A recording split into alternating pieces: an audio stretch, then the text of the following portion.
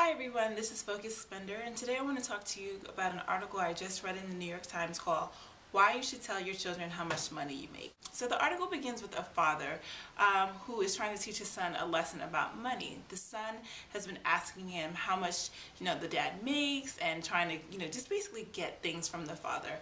And so the father goes to the bank and he withdraws his entire weekly salary in once. So he comes home and he basically puts the money on the table and he sits down to have a lesson with his son about where their money is going. And so he puts the money in different buckets. So he puts it in his mortgage bucket and his bill bucket and grocery bucket, just so that the son could understand that yes, I make this amount of money, but this money has places that it is designed to go. So the son was basically getting a lesson on budgeting and the power of money, and it really helped him understand that yeah, my father may have $50 in his wallet right now, and I want an item for $25, and I don't understand why I can't just get this item for $25 if you have $50. But then it's a way for him to understand that this money has already been designated for something, and just giving him just more information about budgeting. So the article reminded me of a time when I was 17 years old. I was filling out my FAFSA form for financial aid for college, and I asked my grandmother for her tax returns. So I grew up with my grandmother, hence the reason I was asking her, and also my grandfather for their tax returns. And when I saw their yearly income, I was, I don't want to say horrified, but I was pretty much taken aback. It made me, it made me feel different emotions. One, I was really surprised by how low the number was.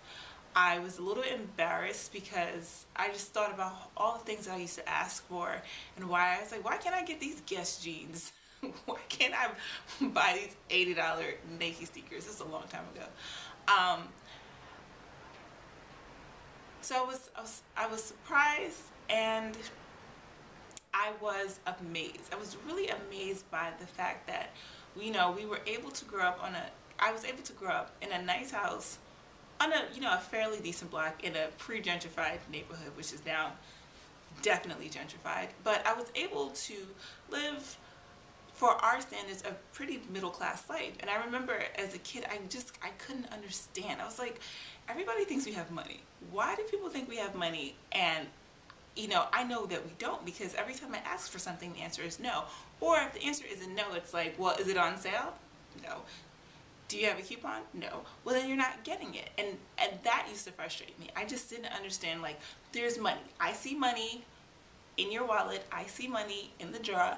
Why can't I just have $40 so I can buy whatever? Why is my allowance in high school $5 a week?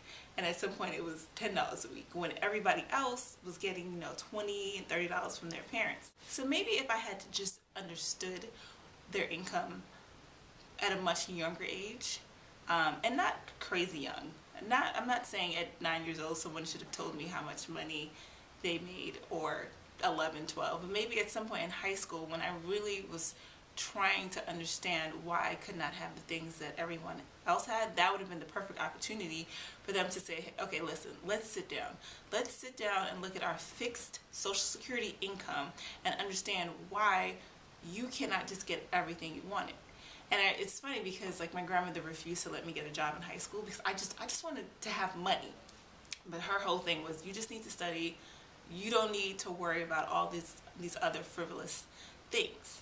Like I said, I do wish that we had that conversation before I had applied to college and just much younger, because it would have helped me understand how to budget the money that I was getting. Like, I would get money, for my birthday, for Christmas, and that was my time to just go crazy, because all of a sudden I had money and I could just do the things that I wanted. So I wish I had basically had that opportunity to learn about money a little bit younger, also so that when I went away to college and I started working, I would have understood a lot earlier how to budget. It took me a while to really understand, the purpose of budgeting.